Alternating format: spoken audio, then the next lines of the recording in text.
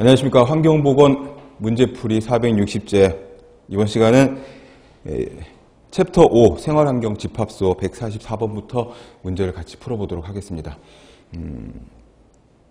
144번은 역시 올해 출제된 문제입니다. 올해 7월 달에 있었던 문제고요.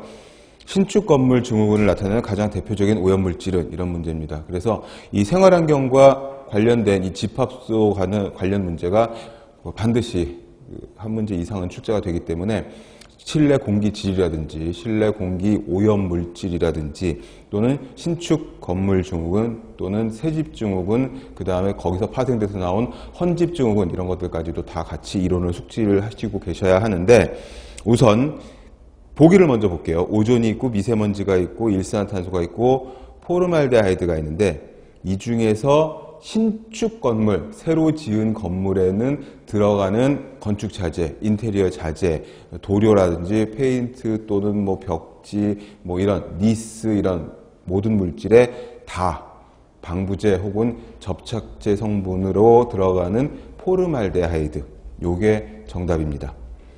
오존과 미세먼지, 일산화탄소는 딱히 신축 건물이 아니더라도 문제가 될 수 있는 전반적인 오염물질이고, 포름알데하이드는 새로 지은 건물, 새집 이런 데서만 나올 수 있는, 물론 포름알데하이드의 특성상 이 접착제 성분에 들어가는 그런 포름알데하이드 같은 경우에는 접착제의 특성이 아무래도 좀 응고가 되고 이렇게 응결이 되고 이렇게 단단하게 굳는 성분들이 있기 때문에 수년이 지나도 계속 나오거나, 처음에는 적게 나오다가 1, 2년 후에 더 많이 나오거나, 이런 변수들은 소재에 따라 또는 재질에 따라, 건물의 구조에 따라, 어디에 어떻게 쓰였느냐에 따라 조금씩 차이가 있을 수 있습니다. 그래서 덧붙여서 설명해 드릴 수 있는 것은 이 신축 건물 증후군 또는 이 새집 증후군 문제에서 가장 질문도 많이 나오고 가장 수험생 여러분들이, 응시생 여러분들이 혼란스러워하는 것이 새집 증후군에서 나오는 오염물질, 그 중에서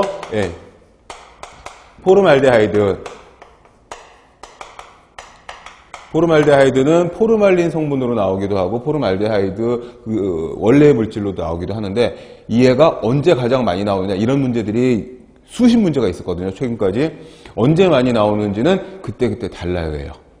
그래서 얘네들을 베이크아웃해서, 베이크아웃이 뭐죠? 베이크는 굽다, 아웃은 내보낸다는 뜻이죠. 그래가지고 새로 진 집은 아무래도 내장재라든지 벽지라든지 인테리어 자재 같은 것들이 좀 덜 말라 있거나 건조가 덜 돼 있거나 할 수가 있기 때문에 그 안에 들어있는 포름알데하이드 또는 포르말린, 포름알데하이드의 40에서 60% 수용액이 포르말린이라고 하는 그런 물질이 되는데, 이 포르말린은 또 강력한 방부제여서 거의 모든 기자재에 들어간다, 이렇게 볼 수가 있습니다.